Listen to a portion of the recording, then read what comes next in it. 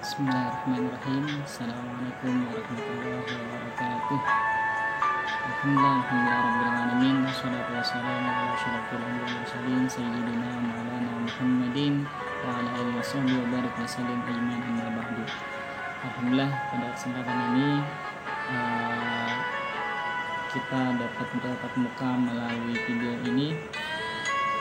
Mudah-mudahan Allah beri keberkahan dan Allah beri manfaat atas pertemuan kita atau perjumpaan kita atau pertemuan kita melalui online ini.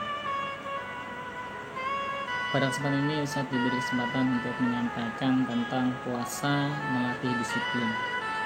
Sebelumnya sudah dijelaskan oleh Ustaz Khairul Hadi bagaimana kita mengoptimalkan bulan puasa, kemudian juga oleh Ustadz Zamzam tentang fikih puasa, kemudian juga sudah disampaikan oleh Ustadz Jumani tentang amalan utama di bulan puasa, dan juga disampaikan Ustadz Irma tentang puasa dan kesehatan. Kali ini tentang puasa dan disiplin. Sebelum sampai pada materi itu, Ustadz ingin menjelaskan dan menyampaikan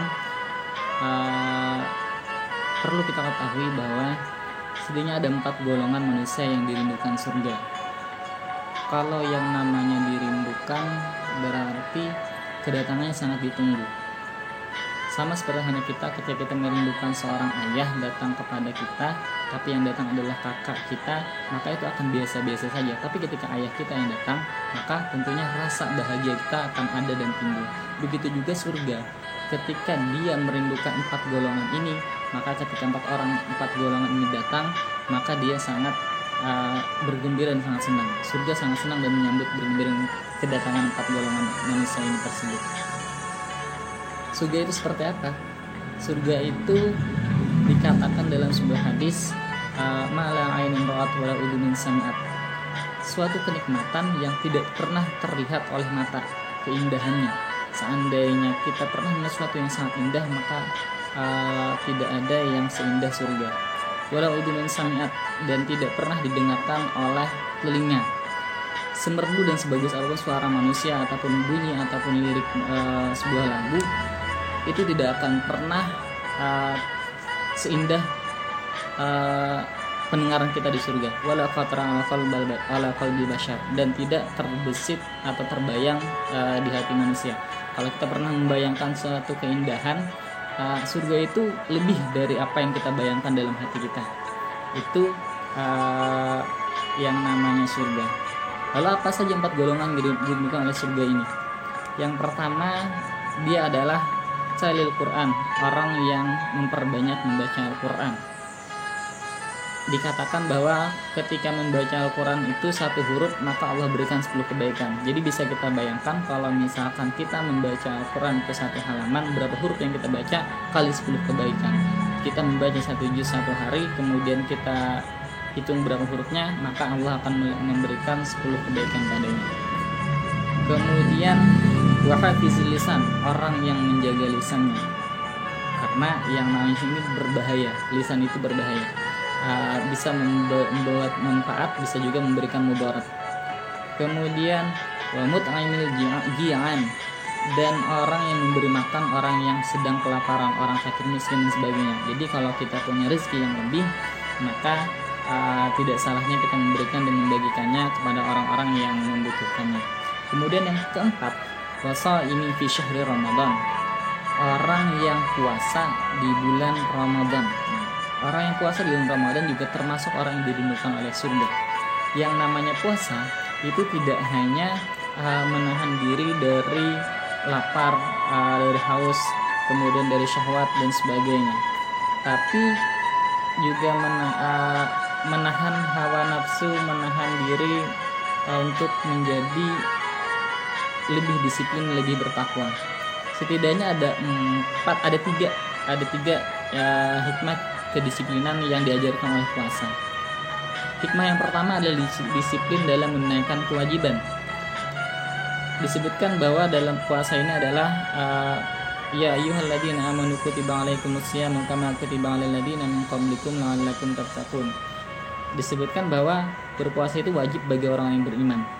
Diwajibkan atas orang yang beriman untuk berpuasa. Yang namanya wajib berarti harus ditunaikan. Seperti hanya sholat, itu diwajibkan, difardukan atas setiap manusia, dan itu juga harus ditunaikan. Tapi puasa, menunaikan kewajiban puasa itu berbeda. Ketika sudah terlewat bulan puasa dan kita ketinggalan atau tidak tunai puasanya, maka kewajiban itu akan tetap ada. Sementara kalau kewajiban-kewajiban yang lain ketika sudah terlewat, maka kita tidak ada disebutkan bagaimana cara menggantinya. Kalau puasa itu disebutkan untuk diganti pada hari-hari yang lain. Ketika kita punya udzur untuk puasa, maka kita disuruh untuk menggantinya di hari-hari yang lain. Itu kedisiplinan yang pertama diajarkan oleh puasa, itu kedisiplinan dalam menjalankan kewajiban. Yang kedua, kita diajarkan untuk disiplin waktu dalam puasa ini. Berpuasa itu waktunya ditentukan, ada 29 hari atau 30 hari dalam satu bulan.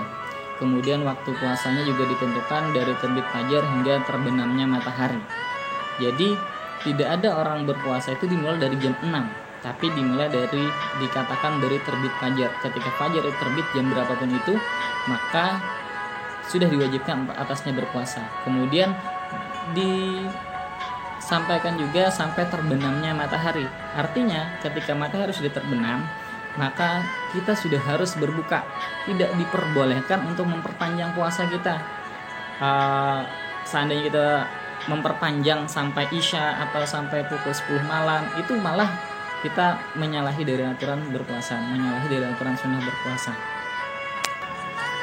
Kemudian kedisiplinan waktu yang diajarkan oleh puasa adalah bagaimana kita memanfaatkan hari-hari yang kita lalui dalam puasa, karena yang namanya puasa Ramadan itu hanya satu kali dalam satu tahun, satu bulan dalam satu tahun. Artinya tidak akan bisa terulang puasa atau keberkahan puasa atau faidah atau keutamaan puasa itu di bulan berikutnya. Jadi 30 atau 29 hari yang harus kita manfaatkan, waktunya harus dengan disiplin.